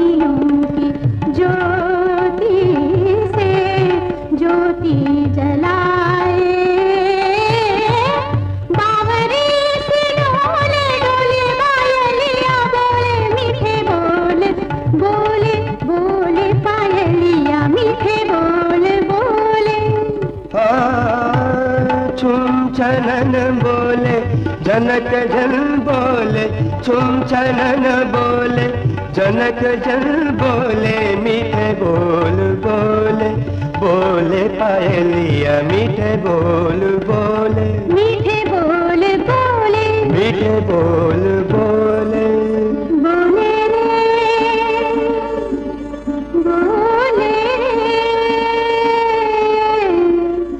पायलिया,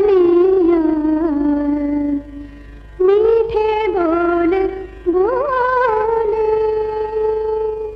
दोन गुरु आणि वडील यांच्याविषयी सांगून झाल्यानंतर आईविषयी न सांगणं म्हणजे थोडं मोठ्या कृतज्ञपणाच होईल. आईची थोरवी अक्षरशः शब्दातीत आहे. जे शंकराचार्यांनी सुद्धा म्हटलेलं आहे की कुपुत्रो जायत क्वचित पिकमातान भवती, म्हणजे पुत्र कुपुत्र असू शकतो पण माता कुमाता कधीच असू शकत नाही. आणि आचार्यात्र्यांनी सुद्धा विधान केलेलं आहे की जगातल्या सर्व तत्त्वज्ञानाचं माहेरघर म्हणजे आईचं हृदय.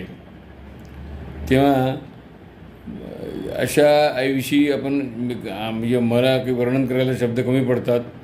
म्हणजे गावाकडून जेव्हा नोकरीसाठी बाहेर नांदेडला येताना, गाव सोडताना तिला सोडून येताना खूप वाईट वाटायचं. अक्षरशः लेक सासरी जाताना जितकं वाईट वाटायचं तसं अगदी वाईट वाटायचं आम्हाला. आणि कारण तिच्या हातात तो आंबट वरण, भात, भाकरी, मेथीची भाजी हे असं सगळं चुलीवरचं अन्न सगळं खाऊन येताना आणि तिथे निघताना पायाला पडायला गेल्यानंतर पाठीवरून फिरवलेला प्रेमळ हात, हे सगळ्या गोष्टी आठवण आल्या की अगदी हृदय भरून येतं. आणि योगायोगाने आणि पंढरपूरच्या मंदिरात आम्ही एकदा पंढरपूरला गेलो होतो ना, पंढरपूरच्या मंदिरात रुक्मिणी मंदिराच्या पुढे संक्रांतीच्या दिवशी तिचा मला अगदी शेवटचा आशीर्वाद मिळाला. म्हणजे आणि तिळगुळ तिने दिला, आम्ही तिला पाया पडलं आणि दुसऱ्या दिवशी आम्ही नांदेड आले की अपघातात तिचं निधन झालं. ही फार मोठी हृदयद्रावक घटना आहे. तर तिच्या स्मृतीसाठी म्हणून आपण माधव जुलीन यांची कविता एक आहे, प्रेमास्वरूप आहे, याला वसंत प्रभू यांचं संगीत आहे, ते गाणं ऐकूत. या गाण्याविषयी सांगायचं म्हणजे माधव जुलीन यांचं खरं नाव माधव त्र्यंबक पटवर्धन. ते इंदूर भोपाळला त्यावेळेला कॉलेजमध्ये शिकायला असताना त्यांना कविता वगैरे करायचा खूप छंद होता, नाद होता. आणि ती कविता करायची आणि त्यांनी त्यांच्या कॉलेजच्या मैत्रिणीला त्या कविता म्हणून दाखवायच्या. आणि ती कविता एक शांता नावाची ती मैत्रीण होती. ती शांता नावाची मैत्रीण तिथे इंग्रजीवर खूप प्रभुत्व होतं.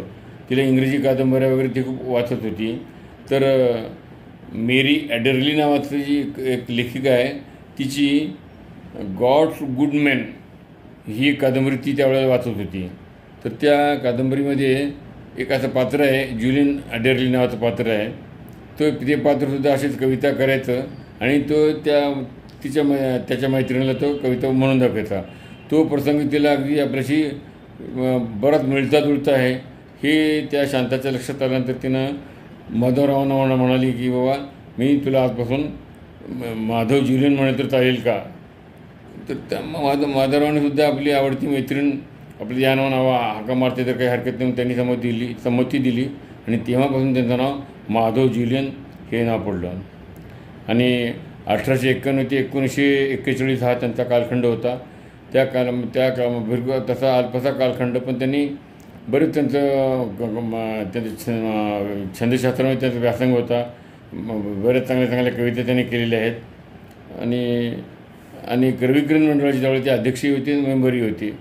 तर अशा या माधव जुलियनचं ही कविता आपण आता ऐकूया. प्रेम स्वरूप आई, वात्सल्य सिंधू आई, बोला तुझ आता मी कोणत्या उपाई. प्रेम स्वरूप आई.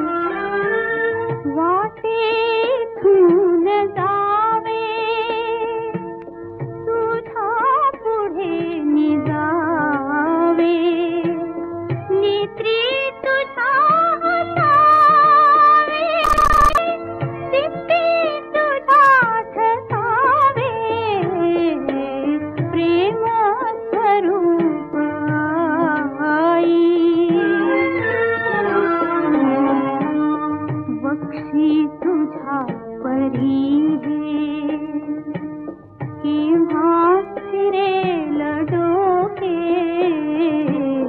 बक्षी तुझा परी हे केव्हा फिरेल डोके देईल शांत वाया हृत्कंद मंद झोके घे जन्म तू फिरूनी येईन मी पोटी खोटी ठरवून देवा ही कास मोठी प्रेम स्वरूप आई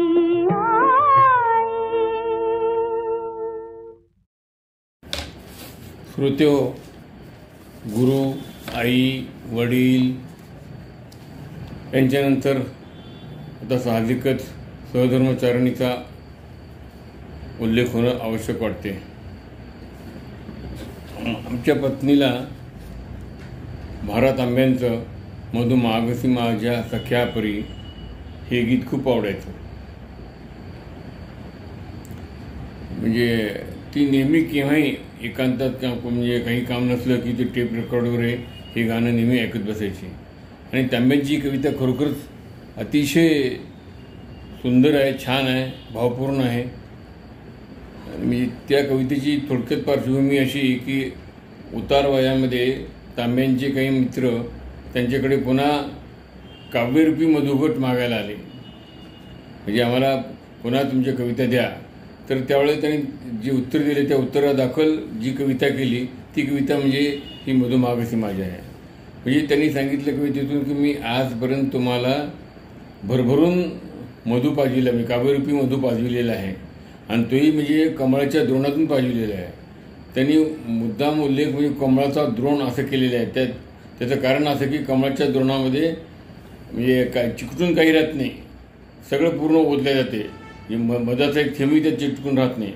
तर त्यामुळे मी माझ्याकडे काहीही न ठेवता सगळं सर्वस्वी तुम्हाला आजपर्यंत दिलेलं आहे. तेव्हा आता मला काही मागू नका. आता दिन ढळलेलं आहे, मग नेत्र पैतरी लागलेले आहेत. त्यामुळे माझ्याकडे आता जास्त कवितेची अपेक्षा करू नका. आमच्या सद्गुरूंना सुद्धा हे गाणं खूप आवडायचं. जेव्हा ते इथून उत्तरकाशीला संजीवन समाधी घेण्यासाठी निघाले त्यावेळी त्यांना काही भक्तांनी विचारलं की तुम्ही परत केव्हा येणार. तर त्यावेळेला ते म्हणाले बस लागलेले नेत्र पैतरी, हेच एवढंच उत्तर दिलं.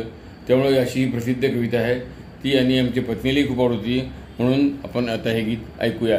हे गीत वसंत प्रभू यांचं संगीत आहे आणि तांब्यांची कविता आहे आणि आवाज लता मंगेशकरांचा आहे.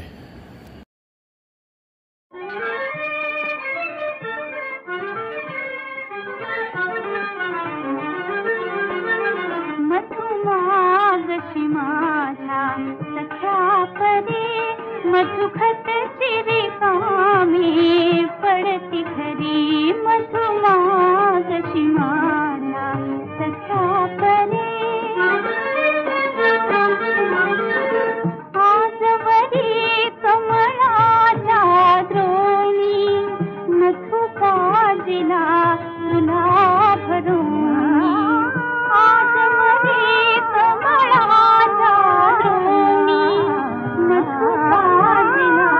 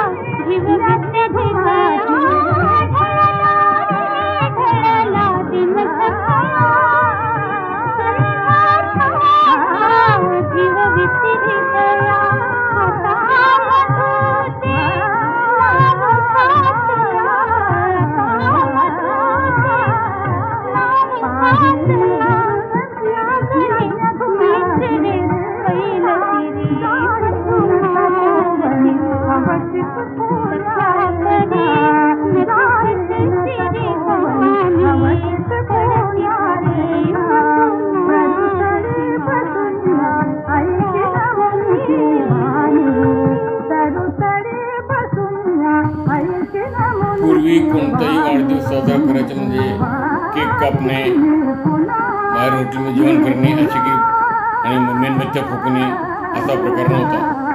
त्या काळी संध्याकाळी औक्षण करणे, काहीतरी गोडधोड खाऊ घालणे आणि आनंदात दिवस घालवणे अशा प्रकारचे वाढदिवस होत होते. आणि आमचाही वाढदिवस आमच्या पत्नीने असाच साजरा करत होता. तेव्हा एके दिवशी दरवर्षी मी तिला काहीतरी वाढदिवसाच्या दिवशी भेट द्यायचो. एक वर्षी तिला म्हणालो की बाबा दरवर्षी मी भेट देतो, यावर्षी तू मला काहीतरी भेट दे. तर काय हरकत देते म्हटली. मग त्याशी मी संध्याकाळी ऑफिसमधून आल्यानंतर मला औक्षण केलं, गोड काय केलेलं गोड पदार्थ खायला दिलं. आणि मग मी म्हणलं मला माझी भेट कुठे आहे म्हटलं मी. तर ती ताबडतोब घाईघाईने गेली, टेबलवर ठेवलेलं टेप रेकॉर्डवर बटन दाबली आणि हे गाणं ऐकली.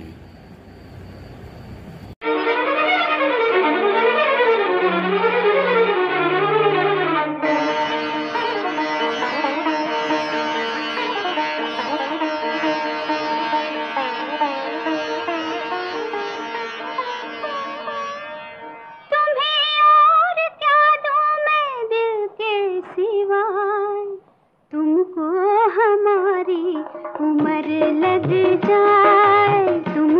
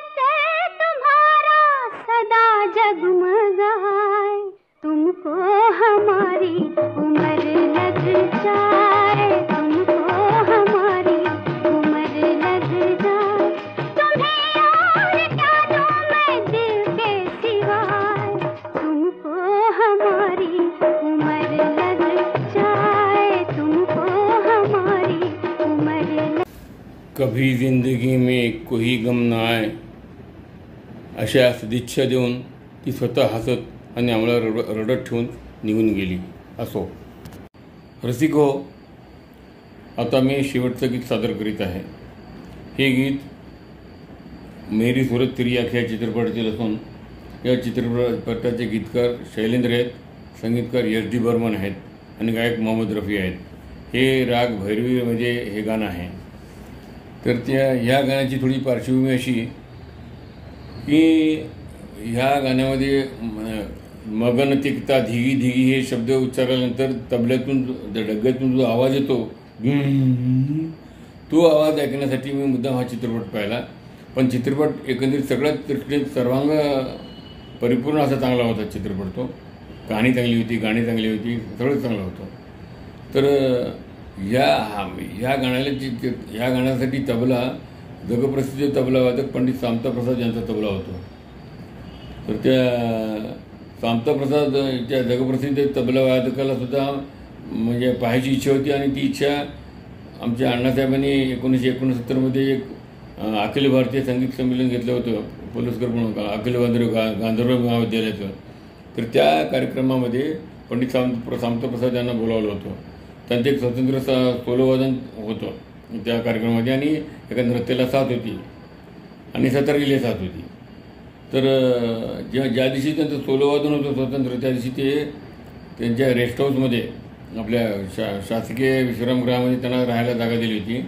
आणि आम्ही दुपारी 2-3च्या वेळेस 3-4च्या वेळेस मी आणि आमचे मित्र दासा काटे तिथे गेलो होतो. दासा काटे म्हणजे ते सुद्धा आमच्या संगीत वर्गबंधूच आहेत. ते सुद्धा आमचे ते उत्कृष्ट तबलची आहेत आणि त्यांनी विशारद परीक्षा पास केलेली आहेत आणि ते सध्या उमरीला असतात. तर आम्ही दोघं तिथे गेलो.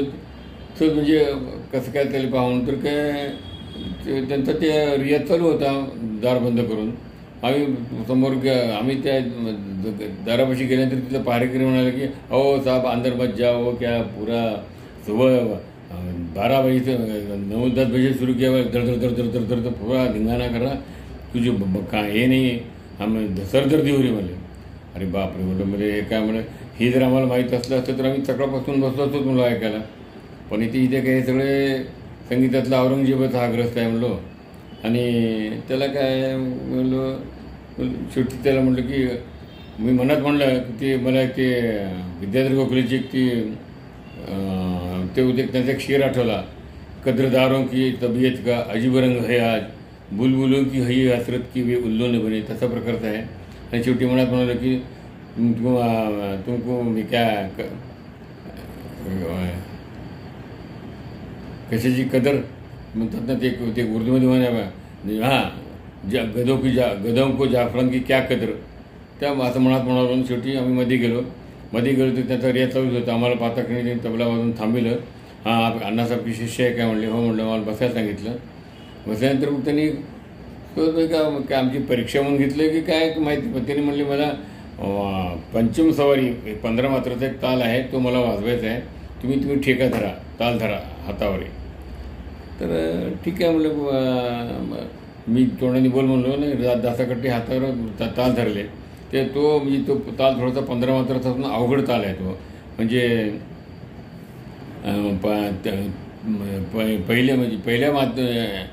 पहिल्या 3 मात्रामध्ये पहिल्या 3 बोलामध्ये 2च मात्रा आहेत आणि पहिल्या 3 मात्रामध्ये 2 बोल आहेत. धिनत धाड हे 3 ज्या मात्रा आहेत त्यामुळे बोल 2च आहेत, धिनत धाड. पण ते 3 मात्रात बसवायचे आणि ते पूर्ण तालात ते वाजवणार होते सगळे. ते धिनत धाड धा दिन दिन धा ती कतुना तेरकट तुना कत्ता धी ना धा असं ते 15 मात्राचा ताल होता. तो आम्ही वाजविला. त्यांनी छान म्हटले, बरं आहे म्हटले. मग हे सगळं त्यांचं वादन झाल्यानंतर त्यांनी अर्धा किलो पिढ्याचा पोळा त्यातला एक आम्हाला खायला दिला आणि बाकी अर्धा किलो पिढी स्वतः एकटी खाल्ली आणि अर्धा लिटर दूध पिलं. असे त्यांचं खाद्य होते ते. तर असे ते पंडित सामता प्रसाद होते. त्यांना आम्हाला पाहण्याची इच्छा होती, ती पूर्ण झाली.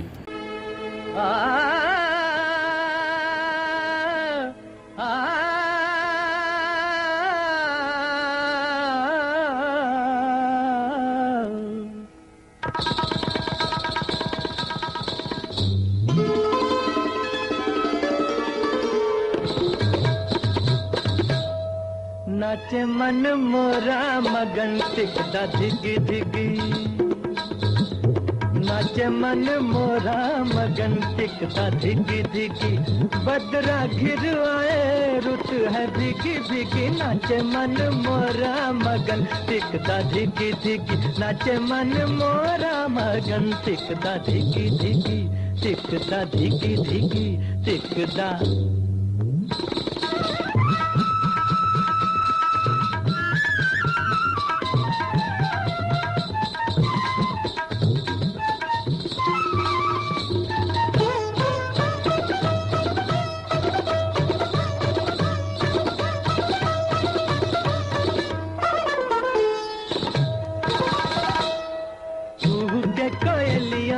कुहू के कोयलिया कहीं दूर पपिया पुकारे, झूला झूले सखियां, झूला झूले सखियां के घर आजा बालम हमारे, फिर आए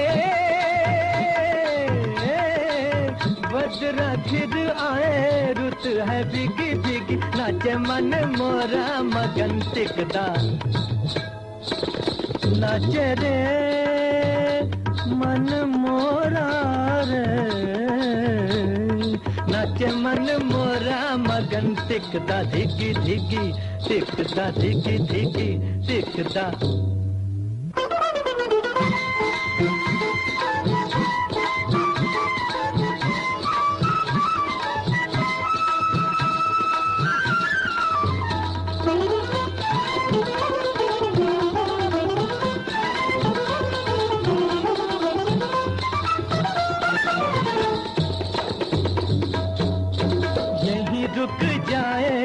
यहीं रुक जाए ये शाम आज ढलने न पाए, टूटे न ये सपना, टूटे न ये सपना, कोई अब मुझे न जगाए, घिर आए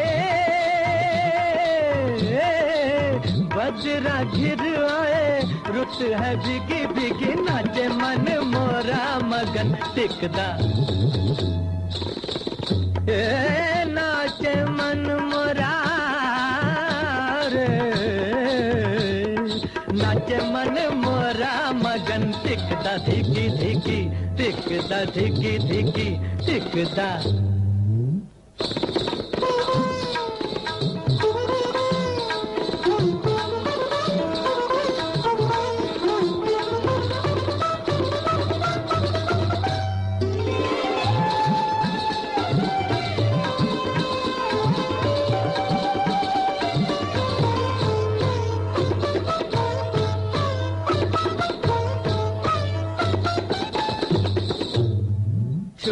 छुप ऐसे में, छुप छुप ऐसे में कोई मधुर गीत गाए, गीतों के बहाने, गीतों के बहाने छुपी बात होठों पे आए, घिर आए बजरा घिर आए रुत है बिगी बिगी, नाचे मन मोरा मगन टिकदा, नाचे मन मोरा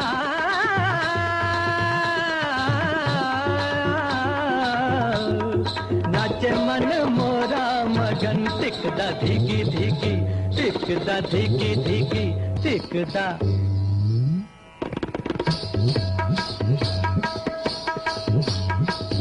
नाचे मन मोरा मगन टिकदा धिगी धिगी, नाचे मन मोरा मगन टिकदा धिगी धिगी, आ